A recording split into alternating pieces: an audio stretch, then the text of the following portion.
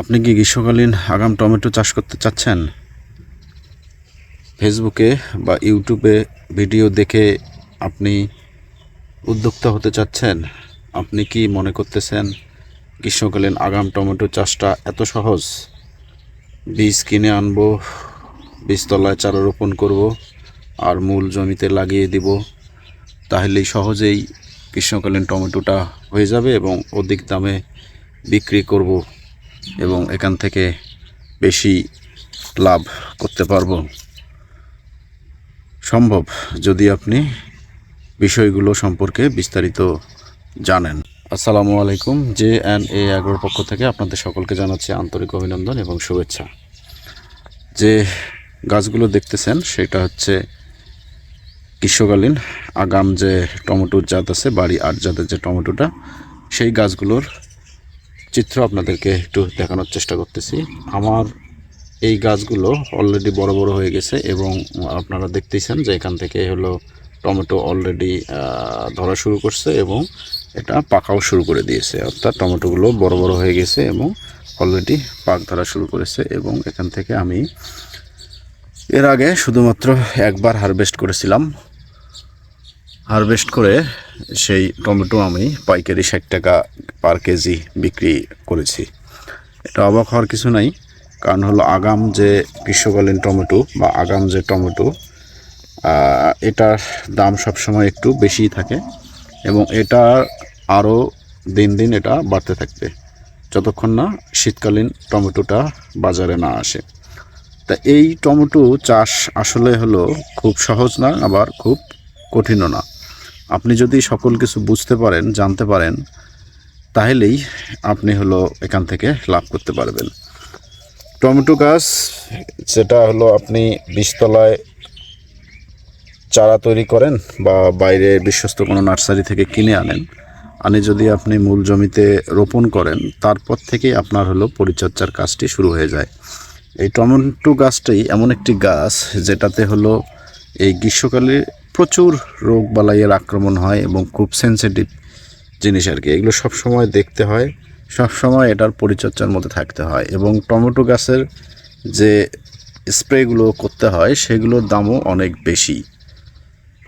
এই কারণে এই গ্রীষ্মকালীন টমেটোতে খরচও বেশি, আবার এখান থেকে লাভও বেশি। আবার এখান থেকে যদি আপনি রোগ হলে যদি সেই রোগটা আপনি যদি শনাক্ত করতে না পারেন, বুঝতে না পারেন, যদি রোগের সঠিক চিকিৎসা গ্রহণ করতে না পারেন, তাহলেও আবার সেখান থেকে আপনার লসের সম্মুখীন হতে পারে। অর্থাৎ এর ভাইরাসটা বা এর ছত্রাক যেটা, সেটা এমনভাবে দ্রুত বিস্তার লাভ করে থাকে যে রাতারাতি সেগুলোকে দমন করা সম্ভব না। শুরু থেকেই যদি আপনার গাছগুলোকে যদি আপনি রোগ প্রতিরোধী করে তুলতে না পারেন, তাহলে সেক্ষেত্রে অনেক সমস্যা হয়ে যেতে পারে। আপনাকে সবসময় শিডিউল স্প্রে সহ আপনার নানাবিধ যে পরিচর্যাগুলো আছে সেগুলো অবশ্যই করে নিতে হবে। তাহলে আপনি সেখান থেকে টমেটো থেকে আপনি ভালো একটা ফল পাবেন এবং এখান থেকে আপনি বাজারে বিক্রি করে প্রচুর লাভবান হতে পারবেন। আমার এই চ্যানেলে অনেকগুলো টমেটো চাষ সম্পর্কে বিস্তারিত ভিডিও দেওয়া আছে। সবচেয়ে বেশি পরিমাণ ভিডিও দেওয়া আছে টমেটো চাষ কেন্দ্রিক, কারণ হলো আমার মূল চাষ বা আমি হলো টমেটো নিয়েই কাজ করে থাকি। সেটা হলো আপনার এই গ্রীষ্মকালীন হোক আর আপনার হচ্ছে শীতকালীন টমেটোই হোক, চাষ করে থাকি। কাজেই টমেটো সম্পর্কে মোটামুটি একটু আমি জ্ঞান অর্জন করার চেষ্টা করতেছি। আরও হয়তো আমার সময় লাগবে, তা হয়তো ধীরে ধীরে আমি সব কিছু বুঝতে পারবো। আমার বাস্তব অভিজ্ঞতাগুলোই সবসময় আপনাদের মাঝে আমি তুলে ধরার চেষ্টা করি, যাতে আপনারা হলো সরাসরি বাস্তব অভিজ্ঞতাগুলো দেখে বা বুঝে আপনারা হলো আপনাদের জমিতে বা আপনাদের ফসলে এগুলো প্রয়োগ করতে পারেন। যেই জিনিসটা বলবো সেটা হচ্ছে যে সবসময় জমিটাকে পর্যবেক্ষণ করবেন, জমিতে দেখবেন যে আসলে আপনার কোন ধরনের রোগবালাই হয়েছে, এখানে কি করতে হবে। এগুলো যখন ধীরে ধীরে করতে থাকবেন, যখন আপনি এটার চর্চা করতে থাকবেন, তখন আপনাকে আর অন্য কারো পরামর্শ গ্রহণ করতে হবে না, আপনি নিজেই এখান থেকে সকল কিছু বুঝতে পারবেন।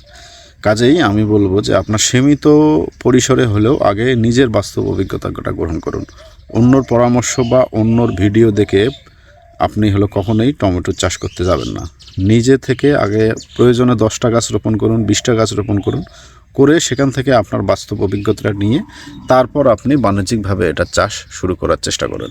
কারণ আমরা সবসময় অন্যর জিনিস দেখে বা অন্যর ফলাফল দেখে সবসময় আকৃষ্ট হয়ে সেটাকে নিজের মাধ্যমে প্রয়োগ করতে গিয়েই আমরা অনেক সময় সমস্যায় পড়ে থাকি।